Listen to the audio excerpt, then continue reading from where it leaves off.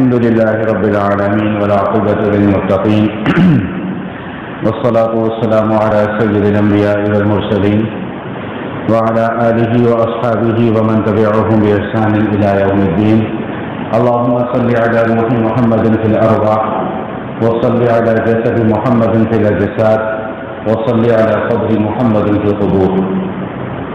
سبحان ربك رب العزة عما يصفون وسلام على المرسلين والحمد لله رب العالمین. سورۃ الاحزاب کے مضامین کا تذکرہ چل رہا ہے. گزشتہ نشست میں اس عنوان پر گفتگو مکمل کی تھی کہ اللہ جل شانہ نے ازواج مطہرات رضوان اللہ علیہن اجمعین کے مقام اور مرتبے کو بیان فرمایا، اور اس ضمن میں یہ گزارش عرض کی تھی کہ ازواج مطہرات نے ایک موقع پر نبی کریم علیہ الصلاۃ والتسلیم سے اپنے کچھ نام نقطے میں اضافے کا مطالبہ کیا تھا، جس کو رسول اکرم صلی اللہ تعالی علیہ وآلہ وسلم نے پسند نہیں فرمایا. پھر قرآن کریم میں ایک آیت نازل ہوئی جس کو آیت تخییر کہا جاتا ہے، جس میں ازواج مطہرات کے سامنے دو آپشن رکھی گئی کہ یا تو دنیا کو قبول کر لو یا رسول اللہ صلی اللہ تعالی علیہ وسلم کے ساتھ رہ لو. اگر دنیا چاہیے تو پھر حضور کا ساتھ چھوڑنا پڑے گا، اور اس کی تفصیل میں نے عرض کی تھی کہ تمام کی تمام ازواج مطہرات کا فیصلہ یہ تھا کہ ہم حضور اقدس صلی اللہ تعالی علیہ وسلم کے ساتھ رہنا چاہتی ہیں، دنیا کے نام نقطے کی ہمیں کوئی ضرورت نہیں ہے. اور اس حوالے سے یہ بات بھی میں نے آپ کے سامنے عرض کر دی تھی کہ ازواج مطہرات کو یہ حکم کیوں دیا گیا. ان کا کوئی نام نقطے کا مطالبہ غلط تو نہیں تھا. بھائی کوئی بھی بیوی اپنے شوہر سے نام نقطے کا مطالبہ کر سکتی ہے کہ بھائی مجھے خرچہ دو، مجھے جیب خرچ دو، لیکن چونکہ حضور اقدس صلی اللہ تعالی علیہ وسلم کا مقام اور مرتبہ بہت اونچا، اور جن کا تعلق حضور کے ساتھ جڑ گئے ان کا مقام اور مرتبہ بھی اونچا، تو جس طرح اونچے مرتبے اور مقام والے لوگ ہوتے ہیں، جو ہستیاں ہوتی ہیں جن کو اللہ تعالیٰ نے بلند مقام اور مرتبے دیے ہوتے ہیں، ان کی پھر چھوٹی سے چھوٹی بات کے اوپر بھی پکڑ ہوتی ہے اور ان کی آزمائش بھی اتنی ہی سخت ہوتی ہے. اور یہ بات بھی میں نے عرض کر دی تھی کہ ازواج مطہرات کا اللہ کی نگاہ میں کوئی مقام اور مرتبہ تھا تو اللہ تعالیٰ نے ان کو یہ تخییر دی. اگر خدا نہ خواستہ اللہ کی نظر میں کوئی مقام اور مرتبہ نہ ہوتا تو پھر ان کو آپشن نہیں دی جاتی، پھر ان کو کہا جاتا کہ بھائی بس اب تم نبی سے علیحدگی اختیار کر لو. تو یہ گزشتہ نشست کے حوالے سے یہ ساری باتیں ذہن نشین ہو گئیں. اب اسی مضمون کو لے کر آگے چلتے ہیں، کیونکہ یہاں پر تقریباً 6-7 آیات ایسی آئی ہیں کہ جن کا تعلق براہ راست ازواج مطہرات کے ساتھ ہے. اس کے بعد جو اللہ تعالیٰ نے ازواج مطہرات کو حکم دیا ہے وہ بہت سمجھنے کی بات ہے، اور ہمارے معاشرے میں اس حکم کی پر عمل کرنے اور کروانے کی بہت زیادہ ضرورت بھی ہے. یہاں پہ چند احکام خصوصیت کے ساتھ ازواج مطہرات کو بیان کیے گئے ہیں، لیکن ان احکام کا تعلق پوری امت کی خواتین کے ساتھ ہے. یہ ہمیشہ اصول ذہن میں رکھیے. میں پہلے بھی آپ کے سامنے عرض کر چکا ہوں کہ جب قرآن کریم کوئی واقعہ بیان کرتا ہے یا کوئی حکم بیان کرتا ہے یا کسی فرد کی طرف نسبت کر کے کوئی مسئلہ بیان کرتا ہے تو ہمیشہ کے لیے یہ بات یاد رکھیے گا کہ اس مسئلے کا یا اس حکم کا تعلق صرف اسی فرد کے ساتھ خاص نہیں ہوتا، بلکہ وہ حکم پوری امت کے لیے عام ہوتا ہے. ٹھیک، تو اس جملے سے ہمارا ایک بہت بڑا مسئلہ حل ہو جاتا ہے کہ آج کل کے جو بے شمار فتنے ہیں ان میں سے فتنہ یہ بھی ہے کہ یہ احکام جو جہاں پر بیان ہو رہے ہیں یہ تو صرف اس وقت کے لیے تھے اور ان مخصوص خواتین کے لیے تھے. اچھا بھائی، اگر یہ احکام ان مخصوص خواتین کے لیے تھے تو پھر ہماری خواتین کے لیے کیا حکم ہے؟ سمپل سی بات ہے کہ اگر یہ جتنے احکام ابھی جو میں آپ کے سامنے بیان کروں گا، اگر یہ سارے کے سارے احکام صرف ان خواتین کے ساتھ مخصوص ہیں تو پھر ہماری خواتین کے لیے کیا ہے؟ ان کو ہم کس بات کی تعلیم دیں گے؟ بات سمجھ میں آ رہی کہ انشاءاللہ ابھی اس کے اوپر بھی آگے بات ہوتی. اب اس کو سمجھنے کے یہاں پہ احکام کیا بیان ہوئے ہیں. سب سب سے پہلا حکم جو یہاں پر بیان کیا گیا اس میں اللہ تعالیٰ نے ازواج مطہرات کا ایک اسٹیٹس بیان کیا. وہ کیا؟ یا نساء النبی لستن کاحد من النساء، کہ اے نبی کی بیویوں تم عام عورتوں کی طرح نہیں ہو، تم خاص ہو. اللہ نے خود ان کو خاص کر دیا کہ تم عام عورتوں کی طرح، تمہارا مقام اور مرتبہ عام عورتوں کی طرح، امت کی عورتوں کی طرح تمہارا مقام نہیں ہے، تمہارا مقام ان سے ہٹ کر ہے. اب جب تمہارا مقام اور تمہارا اسٹیٹس ان سے ہٹ کر ہے تو پھر تمہارے اوپر زیادہ ضروری ہے کہ تم ان احکام کی پابندی کرو. اس لیے یہاں پر ان احکام کو خاص کیا گیا امہات المومنین کے ساتھ، لیکن اس پر عمل کرنا امت کی ہر عورت کی ذمہ داری ہے. بات سمجھ میں آ گئی کہ نہیں آ گئی؟ اب وہ حکم کیا ہے؟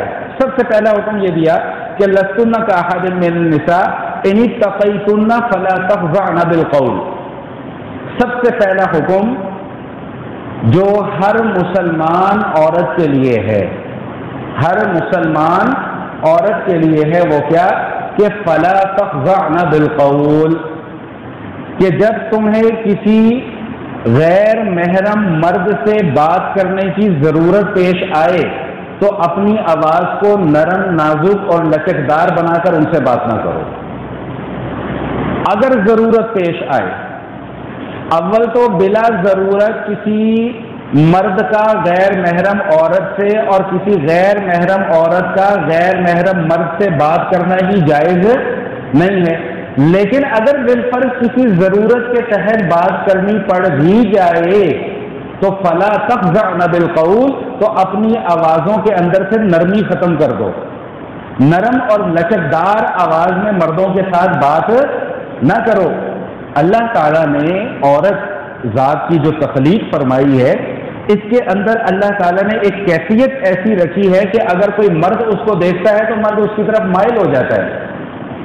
مرد عورت کی آواز سنتا ہے تو اس پر مر مٹنے کو تیار ہو جاتا ہے. اللہ تعالیٰ نے انسان کی آزمائش رکھی ہے نا جی، تو آزمائش میں دو مخالف اصناف اللہ نے پیدا کر دی ہیں، دو مخالف جنسیں اللہ نے پیدا کر دی ہیں، ایک مرد کی جنس ہے ایک عورت، اور ان دونوں کے اندر ایک دوسرے کے لیے میلان اللہ نے رکھ دیا طبیعتوں کے اندر. لیکن میلان کی بھی پھر حدود بیان کر دی ہیں کہ بھائی اگر تمہاری بیوی ہے تو اس کی طرف تمہارا میلان کرنا جائز ہے، اور اگر کوئی عورت کے ساتھ تمہارا نکاح کا تعلق نہیں ہے تو اس کی طرف تمہاری طبیعت کا مائل کرنا یہ جائز نہیں ہے. سمجھ میں آئی نا بات؟ ایسا تو نہیں ہو سکتا کہ ہر مرد کو کھلی چھٹی دے دی جائے کہ وہ ہر عورت کی طرف اس کی طبیعت مائل ہو جائے، اور یہ بھی نہیں ہو سکتا کہ ہر عورت کو کھلی چھٹی دے دی جائے کہ بھئی ہر مرد کی طرف تیری طبیعت مائل ہو جائے. اس طرح تو معاشرے کے اندر امن اور سکون باقی نہیں رہے گا، راحت والی کوئی چیز باقی نہیں رہے گی. جو میاں اور بیوی کے تعلق میں ایک اٹریکشن پائی جاتی ہے وہ ختم ہو جائے گی. مرد تو کہے گا کہ یار ایسی تو میں باہر بھی دیکھتا رہتا ہوں. اس لیے اللہ تعالیٰ نے مردوں کے اوپر بھی پابندی لگائی ہے کہ بھائی باہر ہر کسی کے ساتھ تانک جھانک کرنے کی ضرورت نہیں ہے. تانک جھانک کرنے کے لیے ہم نے تمہیں ایک جائز رشتہ دے دیا، وہ بیوی کا رشتہ ہے، اس کے ساتھ کرو تانک جھانک جو بھی کرنی ہے. ہر کسی کی طرف نظر اٹھا کے اس کو گھر تک نہ چھوڑ کے آیا کرو، بس نظر اپنی روک لو. تو یہاں پر عورتوں کے حوالے سے تاکیداً یہ حکم بیان کیا جا رہا ہے کہ سب سے پہلا حکم کہ فلا تخضعن بالقول، اپنی آوازوں کے اندر لچک نہ رکھو، نرمی نہ رکھو. ایسا نہ ہو کہ کسی مائل ہونے والی کی طبیعت تمہاری طرف مائل ہو جائے. تو سب سے پہلا حکم یہاں پر یہ بیان کیا گیا. دوسرا حکم یہاں پہ جو خواتین کے حوالے سے بیان کیا گیا، فرمایا کہ وقرن فی بیوتکن. بڑا مشکل ہے ان مسائل کو بیان کرنا، ان کو سمجھنا، اور سب سے بڑھ کر ان پر عمل کرنا بڑا مشکل کام ہے. حکم کیا ہے؟ وقرن فی بیوتکن. عورتوں کو حکم دیا جا رہا ہے، ہماری عورتوں کو کیا کہ اپنے گھروں میں ٹھہری رہو. بہانے بہانے سے اٹھ کے بازار کی طرف مت بھاگو، بہانے بہانے سے اٹھ کے بھوتنی پادر کی طرف نہ بھاگتی بھی چلی جاؤ. بہانے بہانے سے اٹھ کر کبھی کسی سے ملنے تو کبھی کسی سے ملنے نہ چلی جاؤ. تمہارا باہر جانے کا کام ہی کوئی نہیں ہے. باہر جانے کی ذمہ داری تو اللہ نے مردوں کے اوپر لگائی ہے. اب آپ یہ دیکھیں شریعت کے جتنے بھی احکام ہوتے ہیں، میں ہمیشہ یہ کہا کرتا ہوں کہ مسئلہ ہماری سمجھ میں آئے یا نہ آئے، اس کے اندر کہیں نہ کہیں کوئی نہ کوئی حکمت ضرور پوشیدہ ہوتی ہے. وہ حکمت اب ہماری سمجھ میں آئے یا نہ آئے اس کا سمجھنا ہماری ذمہ داری بھی نہیں ہے، عمل کرنا ہماری ذمہ داری ہے۔ اب اگر معاشرے کی خواتین ایسی ہوں جو بلا وجہ گھروں سے باہر نہ نکلیں تو مرد کس کو دیکھیں گے باہر؟ خود بخود مرد گناہ سے بچے رہیں گے، سمجھ میں آ رہی بات؟ خود بخود گناہ سے مرد بچ جائیں گے۔ جب عورتیں بھی باہر نکل رہی ہوں گی اور مرد بھی باہر نکل رہے ہوں گے اور باہم اختلاط بھی ہو رہا ہوگا تو پھر کہاں گناہ سے بچنے کا اہتمام ہوگا؟ نبی کریم علیہ الصلوۃ والتسلیم کا فرمان عالی شان ہے جس کا مفہوم ہے کہ آنکھ زنا کرتی ہے، کان زنا کرتا ہے، ہاتھ زنا کرتے ہیں۔ یا رسول اللہ آنکھوں کا زنا کیسے ہے؟ فرمایا کہ ایسی چیز کو دیکھنا جس کا دیکھنا تمہارے لیے جائز نہیں ہے، اس کا دیکھنا آنکھوں کا زنا ہے۔ ایسی چیز کا سننا جس کا سننا تمہارے لیے جائز نہیں ہے، وہ کانوں کا زنا ہے۔ ایسی چیز کو چھونا جس کا چھونا تمہارے لیے جائز نہیں ہے، وہ ہاتھوں کا زنا ہے۔ تو جسم کے تمام اعضاء کے متعلق اللہ کے نبی یہ فرما رہے ہیں کہ آنکھیں بھی زنا کرتی ہیں، کان بھی زنا کرتے ہیں، ہاتھ بھی زنا کرتے ہیں۔ تو جب عورتوں کے اوپر یہ پابندی ہو، شریعت کی پابندی ہے، کسی ملا کی پابندی نہیں ہے، کسی مولوی کا فتویٰ نہیں ہے۔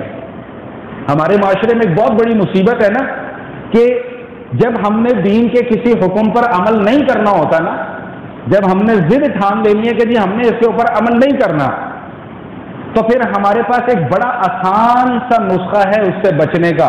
وہ کیا؟ جی مولویوں کی بنائی ہوئی باتیں۔ حالانکہ ہمیں پتہ ہے کہ ہم خود کو جھوٹی تسلی دے رہے ہیں، لیکن شیطان ہمیں ایسی شفقت کا ہاتھ ہمارے اوپر پھیرتا ہے، شفقت کسی اور نظریے سے کہہ رہا ہوں، اس کو ہمارے سے کیا لگاؤ ہے، شیطان کو ہمارے سے کیا انسیت ہے؟ وہ تو ہمیں جہنم میں بھیجنا چاہتا ہے، لیکن وہ ایسا جال بچھاتا ہے ہمارے اوپر کہ ہم اس جھوٹی تسلی کو سچ سمجھ بیٹھتے ہیں کہ جی مولویوں کی بنائی ہوئی باتیں ہیں، جی اب جو دل میں آئے وہ کر لو۔ میرے پاس ایک طالب علم آئے کسی یونیورسٹی کے، تو آ کر کہنے لگے جی ہمارے یونیورسٹی کے ایک پروفیسر ہیں، وہ ہمیں فزکس پڑھاتے ہیں۔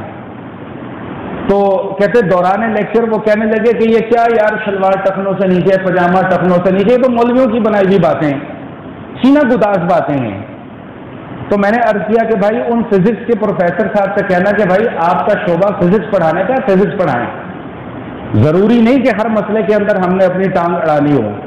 اور دوسری بات یہ کہ اگر وہ یہ کہتے ہیں کہ جی یہ سینہ گداز باتیں ہیں، سینہ بسینہ نقل ہوتی ہوئی چلی آ رہی ہیں، تو الحمدللہ ہمارا تو پورا کا پورا دین ہی سینہ بسینہ نقل ہوتا ہوا چلا آ رہا ہے۔ تو بات کیا ہے؟ عذر گناہ بدتر از گناہ، گناہ کے بہانے تلاش کرنا یہ گناہ کرنے سے بھی زیادہ خطرناک بات ہے۔ تو یہ قرآن کا حکم ہے خواتین کے لیے کہ وقرن فی بیوتکن، اپنے گھروں کے اندر ٹھہری رہو، بلا ضرورت گھر سے باہر نہ نکلا کرو۔ ولا تبرجن تبرج الجاہلیت الاولی، اور جس طرح زمانہ جاہلیت کی عورتیں اپنے جسم کی نمائش کرتی پھرتی تھی، تم اس طرح اپنے جسموں کی نمائش نہ کیا کرو۔ اب مجھے بتائیں، مجھے مزید کو تقریر کرنے کی ضرورت ہے اس جملے کے بعد؟ یہ کسی مولوی کا قول نہیں آپ کو سنا رہا، اللہ کا قرآن ہے۔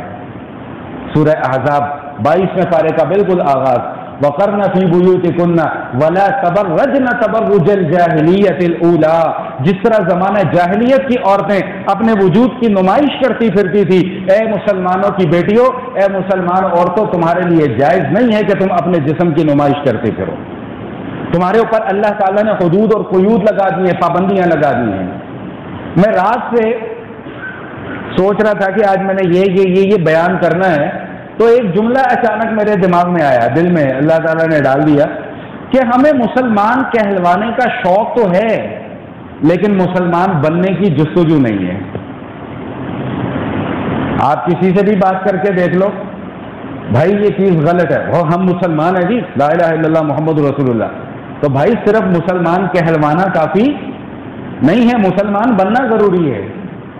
تو اب کیا مسئلہ چل رہا ہے؟ مسئلہ یہ چل رہا ہے کہ خواتین کے متعلق پردے کے احکام یہاں پر بیان کیے جا رہے ہیں، اور سورہ احزاب کے اندر جس قدر تفصیل کے ساتھ اور سورہ نور کے اندر یہ احکام آ گئے ہیں، اس کے بعد مزید کسی تفصیل کی، کسی رائے کی ضرورت باقی نہیں رہتی۔ ہاں، اگر اس کے بعد کوئی رائے دے گا تو وہ رائے نہیں ہوگی، وہ بہانے ہوں گے، وہ عمل سے بچنے کے بہانے ہوں گے۔ یہاں پر چونکہ سورہ احزاب میں مختلف موقعوں پر ان مسائل کو بیان کیا گیا، میں ان سب کو اکٹھا کر کے آپ کے سامنے بیان کر رہا ہوں۔ ایک شوشہ یہ چھوڑ دیا جاتا ہے کہ عورتوں کے لیے بھی چہرے کا پردہ نہیں ہے۔ بھائی یہ آج کا بیان جن جن حضرات کو واٹس ایپ پر موصول ہو جائے وہ اپنے گھر کی خواتین کو ضرور سنوا دیجیے گا۔ ہمارا کام پیغام پہنچانا ہے، آگے عمل کرتی ہیں نہیں کرتی وہ ان کی ذمہ داری ہے۔ کم از کم ہم تو بری ذمہ ہو جائیں کہ لو بی بی جی یہ سن لو، اب اس کے بعد تمہاری مرضی ہے بھائی، تم عمل کرتی ہو کرو، نہیں کرتی ہو نہ کرو۔ اچھا بعض عورتیں پردہ کرنا چھوڑ دیتی ہیں، بھائی آپ پہلے چادر لیتی تھی، برقع لیتی تھی، اب آپ نے چھوڑ دیا، جی میرا شوہر راضی نہیں ہوتا جی پردہ لینے پہ، لا حول ولا قوت الا باللہ، تف ہے ایسے شوہر کے اوپر۔ اور یاد رکھیے گا کہ جہاں پر اللہ کا حکم ٹوٹ رہا ہو، اللہ کے نبی کی سنت کی خلاف ورزی ہو رہی ہو، وہاں پہ شوہر تو کیا ماں باپ بھی آ جائیں تو ان کی بات ماننا بھی جائز نہیں ہے۔ یہ بھی بہانہ ہے جی میرا شوہر نہیں راضی ہو، اور شوہر کی رضامندی تو بہت ضروری ہے، اور بھائی شوہر کی رضامندی جائز کاموں میں ضروری ہے، ناجائز کاموں میں ضروری نہیں ہے۔ یہ ان خواتین کو میں نے پہلے ہی جواب دے دیا جو آگے سے اعتراض کریں گے جی ہمارا شوہر کہتا ہے، تو اگر شوہر کہتا ہے تو اس سے بڑا چار حرفی کوئی نہیں ہے۔ سمجھ میں آ گئی بات کہ نہیں آ گئی؟ تو اب یہاں پر جو پردے کے مسائل اور احکام بیان ہوئے ہیں اس میں کہا جاتا ہے کہ جی عورت کے لیے تو چہرے کا پردہ ہے ہی نہیں۔ بھائی آپ کو کس نے کہا عورت کے لیے چہرے کا پردہ نہیں ہے؟ آپ سورہ احزاب کی ایک آیت پڑھ کے سناتا ہوں، اور پہلے یہ بتا دوں کہ یہ آیت کن کے متعلق نازل ہو رہی ہے۔ صحابہ کو حکم دیا جا رہا ہے کہ جب تم نے اپنی روحانی ماؤں سے گفتگو کرنی ہو، یاد آ رہی ہیں باتیں، ازواج مطہرات ہماری کیا ہیں؟ ان سے نکاح کرنا جائز نہیں تھا کسی بھی امتی کے لیے، ماں ہے نا، ماں سے نکاح کرنا جائز نہیں ہوتا۔ اب ماں کے متعلق سورہ احزاب میں کیا حکم آ رہا ہے روحانی ماں کے متعلق؟ وَإِذَا سَأَلْتُمُوهُنَّ مَتَاعًا فَاسْأَلُوهُنَّ مِنْ وَرَاءِ حِجَابٍ، اے صحابہ کرام کی جماعت، اگر تمہیں ازواج مطہرات کے پاس کسی ضرورت کے تحت جانا پڑ جائے اور اگر تمہیں ان سے کچھ گفتگو کرنی پڑ جائے تو فَاسْأَلُوهُنَّ مِنْ وَرَاءِ حِجَابٍ، تو پردے کے پیچھے کھڑے ہو کر بات کیا کرو۔ میری گھر کی عورتیں، آپ کے گھر کی عورتیں ازواج مطہرات سے زیادہ پاکیزہ ہیں؟ حضور کی بیٹیوں سے زیادہ پاکیزہ ہیں میری بیٹیاں؟ حضور والے معاشرے سے زیادہ پاکیزہ معاشرہ ہے میرا اور آپ کا معاشرہ؟ اس پاکیزہ معاشرے میں یہ حکم دیا جا رہا ہے کہ اپنی روحانی ماؤں سے اگر بات کرنی ہے تو فَاسْأَلُوهُنَّ مِنْ وَرَاءِ حِجَابٍ، کہ پردے کے پیچھے کھڑے ہو کر بات کیا کرو۔ تو میں اور آپ کون ہوتے ہیں یہ کہنے والے کہ جی پردہ تو صرف آنکھوں کا ہوتا ہے؟ جی یہ تو مولویوں کی بنائی ہوئی باتیں ہیں جی، اور یہ حکم تو ان کے لیے خاص تھا۔ تمہاری عورتیں آسمان سے اتری ہوئی ہیں؟ فرشتہ ہیں تمہاری عورتیں؟ کیا ہیں تمہاری عورتیں؟ اگر تو تمہارے ذہن کے اندر، تمہارے سے مطلب آپ لوگ نہیں ہیں، ایک جنرل بات کر رہا ہوں، تو اگر تو ہمارے ذہنوں کے اندر یہ بات ہے کہ یہ حکم ہماری عورتوں پر لاگو نہیں ہوتا، تو معذرت کے ساتھ یہ سمجھ لیجئے گا کہ ہم یہ در پردہ کہنا چاہ رہے ہیں کہ میری گھر کی عورتیں حضور کے گھر کی عورتوں سے بھی زیادہ افضل ہیں، میری بیٹیاں حضور کی بیٹی سے بھی زیادہ افضل ہیں۔ سیدہ فاطمہ الزہرا رضی اللہ تعالی عنہا خاتون جنت ہیں، جب انتقال کا وقت قریب آیا تو وصیت فرمائی، اور وصیت کیا فرمائی کہ بھائی میرا جنازہ رات کی تاریکی میں لے کے جانا تاکہ کسی غیر محرم کی نظر میرے جنازے پر نہ پڑے۔ جنازے پر یہ کسی کی گھڑی آئی ہے بھائی، کوئی بھول آیا اپنی گھڑی ابھی لے لو جلدی سے، پھر بعد میں رہ جائے گی، چلو بعد میں لے لینا۔ اچھا کیا فرماتی ہیں خاتون جنت کہ بھائی میرا جنازہ رات کی تاریکی میں لے کر جانا تاکہ کسی غیر محرم کی نظر میرے جنازے پر بھی نہ پڑے۔ سیدہ ام رومان رضی اللہ تعالی عنہا جو سیدنا ابوبکر صدیق رضی اللہ تعالی عنہ کی اہلیہ ہیں، زوجہ مطہرہ ہیں، بی بی فاطمہ رضی اللہ تعالی عنہ کے انتقال کے وقت یہ ان کے پاس موجود تھیں۔ چلو چھوڑو گا، آگے چلیں، سمجھ تو گئے ہوں گے آپ میں کیا کہنا چاہ رہا تھا۔ تو یہ صدیق اکبر کی زوجہ بی بی فاطمہ کے انتقال کے وقت ان کے پاس، جی زور سے بولو بھائی، ان کے پاس، ہاں بس سمجھ گئے، چلو آپس میں کوئی جھگڑا نہیں ہے، محبت ہے۔ تو سیدہ فاطمہ رضی اللہ تعالی عنہ نے سیدہ ام رومان رضی اللہ تعالی عنہ سے پوچھا کہ مجھے ایسا طریقہ بتاؤ کہ بھائی موبائل چھوڑ دو یار، یہ فیس بک ٹویٹر بعد میں استعمال کر لینا، پیارے بھائی اور میرے عزیز محترم موبائل چھوڑ دو، بعد میں استعمال کر لینا۔ تو سیدہ ام رومان رضی اللہ تعالی عنہ سے پوچھا کہ بھائی ایسا طریقہ بتاؤ کہ میرے جنازے کے اوپر کسی کی نظر نہ پڑے۔ تو سیدہ ام رومان رضی اللہ تعالیٰ نے عرض کیا کہ میں نے حبشہ کی عورتوں کا جنازہ جاتے ہوئے دیکھا ہے، ان کا جنازہ اس طرح لے جایا جاتا ہے کہ ایک لکڑیوں کے وہ کھجور کے درختوں سے ایسے چھال بنا کر اس کے اوپر پھر چادر ڈال دی جاتی ہے، یعنی اتنے پردے کا اہتمام کیا جاتا ہے کہ کسی عورت کے جنازے پر نظر بھی نہ پڑے۔ تو سیدہ فاطمہ رضی اللہ تعالیٰ عنہ نے فرمایا کہ پھر میرا جنازہ اسی طریقے پر لے جایا جائے اور رات کے اندھیرے میں لے جایا جائے تاکہ کسی غیر محرم کی میرے جنازے پر نظر نہ پڑے۔ نام ہم کیا لیتے ہیں کہ ہم فاطمہ کے ماننے والے ہیں، نام ہم کیا لیتے ہیں، اپنی بچیوں کے نام کیا رکھتے ہیں، غلام فاطمہ، کنیز فاطمہ۔ تو بھائی فاطمہ جیسا کردار بھی تو پیدا کرواؤ، وہ کس کی ذمہ داری ہے؟ بچیوں کی تربیت کرنا گھر کے اندر وہ کس کی ذمہ داری ہے؟ ماں کی ذمہ داری ہے، باپ کی ذمہ داری ہے۔ اور ہم بچیوں کی اور بچوں کی تربیت کیا کر رہے ہیں کہ بچپنے میں ننگے ننگے لباس پہنانا شروع کر دیتے ہیں۔ بھائی جب بچپنے میں ننگے ننگے لباس پہناؤ گے تو بڑے ہو کر پورا لباس پہننے کی عادت پڑے گی؟ جی غلطی کر رہے ہیں کہ نہیں کر رہے؟ کہیں تو ہمیں اپنی غلطی تسلیم کر لینی چاہیے کہ ہاں ہم یہ غلطی کر رہے ہیں۔ بھائی جب بچپن میں ہی بچیوں کو اور بچیوں کا ذہن نہیں بنایا جائے گا، ان کی ذہن سازی نہیں کی جائے گی تو پھر بڑے ہو کر وہ عمل کیسے کریں گے؟ اور ہم یہ کہتے ہیں نا کہ جی بچہ ابھی چھوٹا ہے، بچہ ابھی چھوٹا ہے، بچہ ابھی چھوٹا ہے۔ تو میں یہ عرض کیا کرتا ہوں کہ جیسے جیسے بچہ بڑا ہوتا جاتا ہے نا، اس کی غلطیاں بھی ساتھ ساتھ بڑی ہو رہی ہوتی ہیں۔ ہم ہر غلطی کو نظر انداز، میں یہ نہیں کہتا کہ بچوں کے اوپر سختی کرنا شروع کر دیں، گھر کی عورتوں پہ سختی کرنا شروع کر دیں، آج کا بیان سننے کے بعد گھر ڈنڈا لے کر چلے جاؤ، وہ خبردار آج کے بعد، نہ نہ نہ نہ، ہرگز نہیں۔ میں تو یہ سمجھانے کی کوشش کر رہا ہوں کہ بھائی جو عمر تربیت کرنے کی ہوتی ہے اس عمر میں ہم بچوں اور بچیوں کی تربیت نہیں کرتے، یہ ہماری سب سے بڑی غلطی ہے۔ کزنس کے ساتھ بچوں کو ملا کر بٹھاتے تھے، کیوں بٹھاتے ہیں بھائی؟ بڑے ہو کر شریعت حکم دے رہی ہے کہ یہ سارے کے سارے غیر محرم ہیں۔ تو بہرحال بات میں نے کہاں سے چلائی تھی کہ یہ جو کہتے ہیں نا جی چہرے کا پردہ نہیں ہوتا، اللہ کا قرآن صحابہ کو کہہ رہا ہے کہ اپنی روحانی ماؤں سے جا کر بات کرنی ہو تو فَاسْأَلُوهُنَّ مِنْ وَرَاءِ حجاب، پردے کے پیچھے کھڑے ہو کر بات کرنا۔ کن کو؟ صحابہ کو۔ کن سے؟ ازواج مطہرات سے، وہ بھی پاکیزہ یہ بھی پاکیزہ، پاکیزہ معاشرہ، حضور موجود، حضور کی موجودگی میں یہ حکم دیا جاتا ہے کہ بھائی بات کرنی ہو تو پردے کے پیچھے جا کر بات کرنا، بات کرنی ہو تو پردے کے پیچھے جا کر بات کرنا۔ ایک حکم یہاں پر یہ بیان ہوا، ایک حکم اور بیان ہوا، وہ بھی یہیں پہ سن لیں، وہ سورہ احزاب کے آخر میں جا کر آتا ہے، یا ایھا النبی قل لازواجک وبناتک ونساء المؤمنین یدنین علیہن من جلابیبہن۔ اے نبی مکرم، سب بولیں بھائی صلی اللہ علیہ وآلہ وسلم، آپ کہہ دیجئے کن کو؟ سب سے پہلے اپنی بیویوں کو، پھر اپنی بیٹیوں کو۔ معلوم یہ ہوا کہ تربیت کا آغاز پہلے اپنے گھر سے کیا جاتا ہے۔ تیسرے نمبر پر وَنِسَاءِ الْمُؤْمِنِينَ، اور جتنے مومنین ہیں، جتنے مسلمان ہیں، ان سب کی عورتوں کو اللہ کا یہ حکم پڑھ کر سنا دیں۔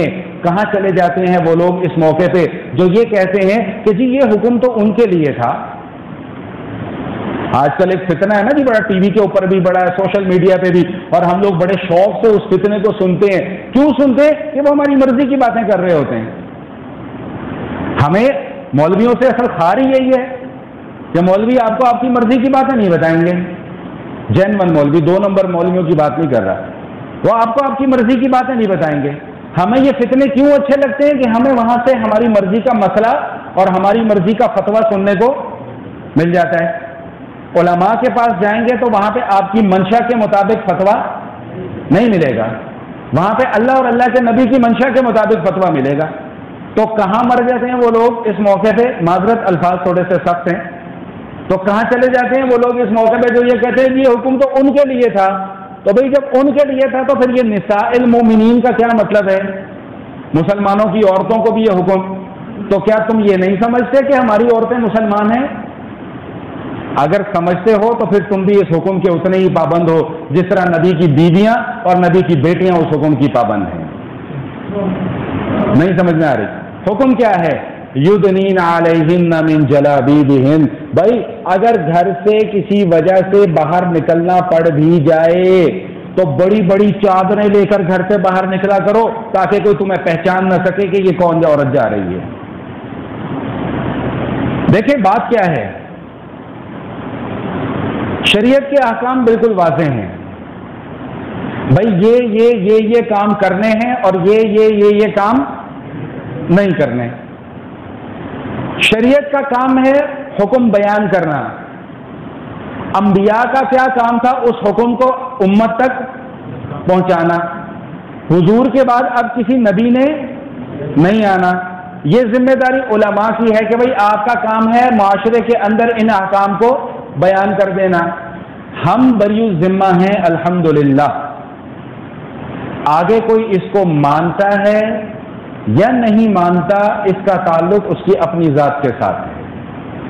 ہاں جو بات میں سمجھانا چاہ رہا ہوں وہ یہ ہے کہ بھائی جس نے دین کے کسی حکم پر عمل نہیں کرنا نہ کرے، یہ اس کا اور اس کے رب کا معاملہ ہے.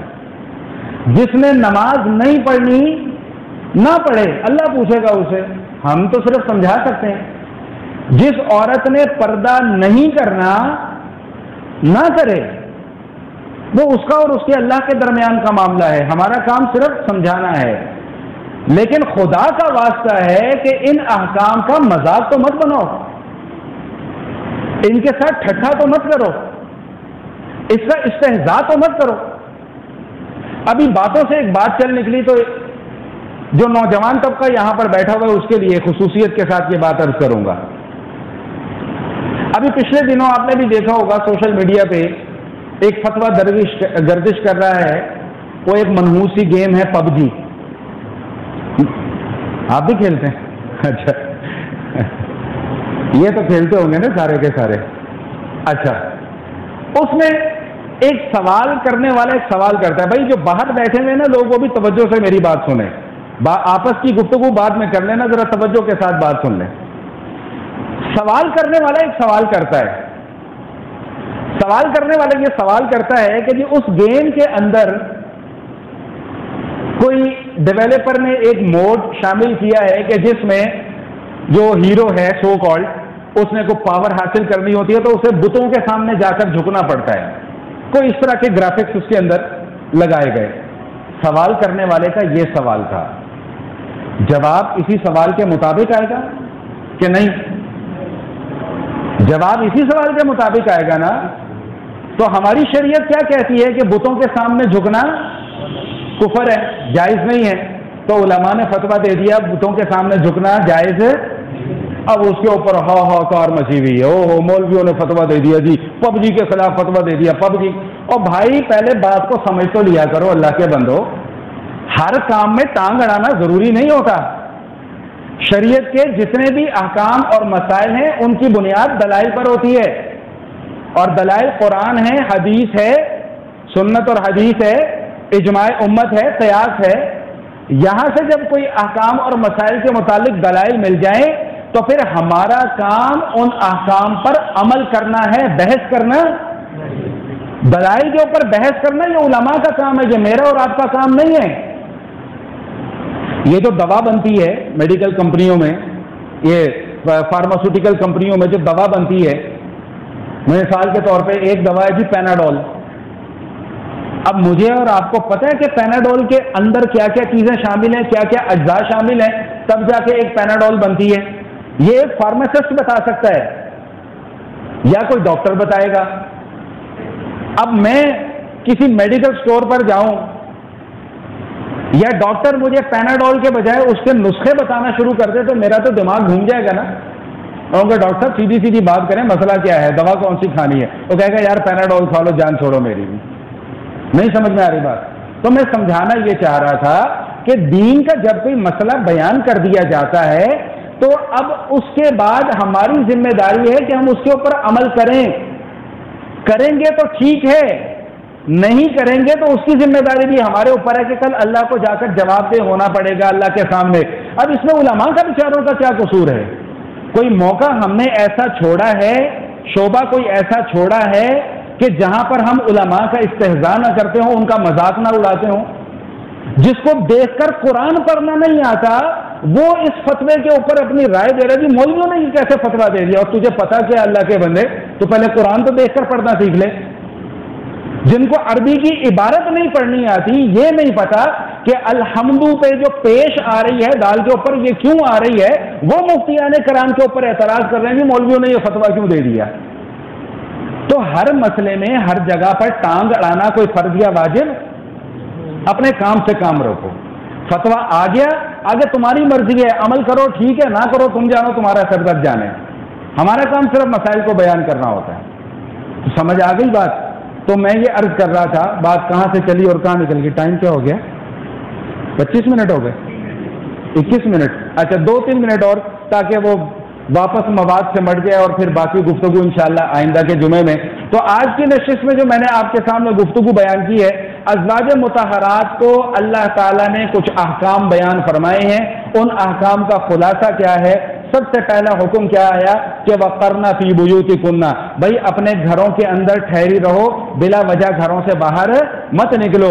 ولا تبرجن تبرج الجاہلیت الاولی, اور زمانہ جاہلیت کی عورتوں کی طرح اپنے جسم کی نمائش نہ کرتی پھرو اپنے جسم. اچھا اب اس کے اوپر انشاءاللہ باقی بات آگے کریں گے. تیسرا حکم کیا آیا کہ چہرے کو بھی چھپانا ضروری ہے. چوتھا حکم کیا آیا کہ اگر گھر سے نکلنا بہت ضروری ہے, بڑی ہی اشد مجبوری ہے کہ گھر سے نکلنا ہی پڑے گا, تو یدنین علیہن من جلابیبہن, بھائی پھر بڑی بڑی چادریں لے کر گھر سے باہر نکلا کرو تاکہ تمہارے جسم کے جو اعضاء ہیں وہ سب کے سامنے ظاہر نہ ہو. حضور اقدس صلی اللہ تعالی علیہ وآلہ وسلم کا فرمان عالی شان ہے, ارشاد فرمایا کہ عورت جو ہے یہ چھپا کر رکھنے کی چیز ہے. عورت کا جو لفظ ہے, عورت کا معنی چھپی ہوئی چیز ہے. فرمایا کہ عورت چھپا کر رکھنے کی چیز ہے. جب یہ عورت گھر سے باہر نکلتی ہے تو شیطان اسے تانک جھانک کرتا ہے, شیطان تانک جھانک کرتا ہے. خدا کا واسطہ ہے دوسروں کی بہنوں اور بیٹیوں کو بھی اپنی بہن اور بیٹی سمجھا کرو. جتنی عزت جتنا اکرام اپنے گھر کی عورت کو دیتے ہو, اتنی عزت اتنا اکرام دوسرے کے گھر کی عورت کو بھی دیا کرو. غالباً غالباً غالباً غالباً امام شافعی رحمت اللہ تعالی علیہ کا فرمان عالی شان ہے, غالباً اللہ کمی بیشی معاف فرمائے, فرمایا کہ جو زنا ہے نا, زنا یہ ایک قرض ہے, قرض. آج کوئی خدا نہ خواستہ اس گندے عمل میں مبتلا ہوتا ہے تو امام صاحب رحمہ اللہ فرماتے ہیں کہ یہ قرض کل کو اس کے گھر سے چکایا جائے گا, اس کے گھر سے چکایا جائے گا یہ عمل. آج میری نظر سے اگر کسی کی بیٹی یا بہن محفوظ نہیں ہے تو خدا کی قسم کھا کر میں یہ بات کہتا ہوں منبر رسول پر بیٹھ کر کہ میری اور بیٹی اور میری بہن کسی دوسرے کی نظر سے محفوظ نہیں رہے گی. اگر میں آج دوسرے کے گھر کے اندر تانک جھانک کرتا ہوں تو کل کو میرا گھر بھی کسی کی تانک جھانک سے محفوظ نہیں رہے گا. نبی مکرم صلی اللہ تعالی علیہ وسلم کا فرمان عالی شان ہے, باہر نکلے گھر سے, عورتیں اور مرد اکٹھے ہو کر چل رہے تھے. حضور کے زمانے کی عورتیں, حضور کے زمانے کے مرد, سب پاکیزہ لوگ اکٹھے ہو کر چل رہے تھے. اللہ کے نبی صلی اللہ تعالی علیہ وسلم نے ارشاد فرمایا کہ عورتوں پیچھے ہٹ جاؤ, تمہارا کام راستے کے درمیان میں چلنا نہیں ہے، تمہارا کام راستے کے اطراف میں چلنا ہے۔ حدیث کے الفاظ ہیں کہ اس حکم کے بعد عورتوں کی یہ حالت تھی کہ وہ دیواروں کے ساتھ لگ لگ کر چلا کرتی تھی۔ وہ بھی تو عورتیں تھی، ایک ہمارے معاشرے کی بھی تو عورتیں ہیں۔ ہمارے معاشرے کی عورت کیا کہتی ہے؟ پلے کارڈ لے کر گھر سے باہر نکلتی ہے، بھائی 2-4 منٹ اوپر ہو جائے تو پیش کی معذرت، پلے کارڈ لے کر گھر سے باہر نکلتی ہے، باپ سے لوں گی آزادی، بھائی سے لوں گی آزادی، ماموں سے لوں گی آزادی، خالہ سے لوں گی آزادی، دادا سے لوں گی آزادی۔ بھائی کیا آزادی مانگ رہی ہو؟ تم تو پہلے ہی آزاد ہو، مزید اور کتنی آزادی چاہیے تمہیں؟ اگر آزادی اس چیز کا نام ہے، اگر آزادی اس چیز کا نام ہے کہ میں بے لباس ہو کر، میں عریاں ہو کر میں معاشرے کے اندر گند پھیلاؤں، تو معذرت کے ساتھ کہ یہ آزادی نہیں ہے، یہ وہ چیز ہے جو میں ممبر پر بیٹھ کر نہیں الفاظ استعمال کر سکتا، اس کو کم از کم آزادی نہیں کہا جائے گا، اس کو کم از کم ماں بہن باپ سے چھٹکارا نہیں کہا جائے گا۔ اللہ کے بندو، باپ کو تو اللہ تعالیٰ نے تمہارے لیے ایک شیلٹر بنایا ہوا ہے،